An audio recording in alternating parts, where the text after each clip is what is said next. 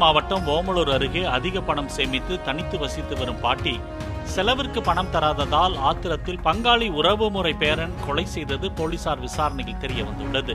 கடந்த 3ஆம் தேதி விவசாய தோட்டத்தில் வேலை செய்து கொண்டிருந்த போது பாட்டி புண்ணியம்மாள் காணாமல் போனதாக தாரமங்கலத்தில் வசித்து வரும் மகள்வழி பேரன் கணேசன் புகார் அளித்திருந்தார்.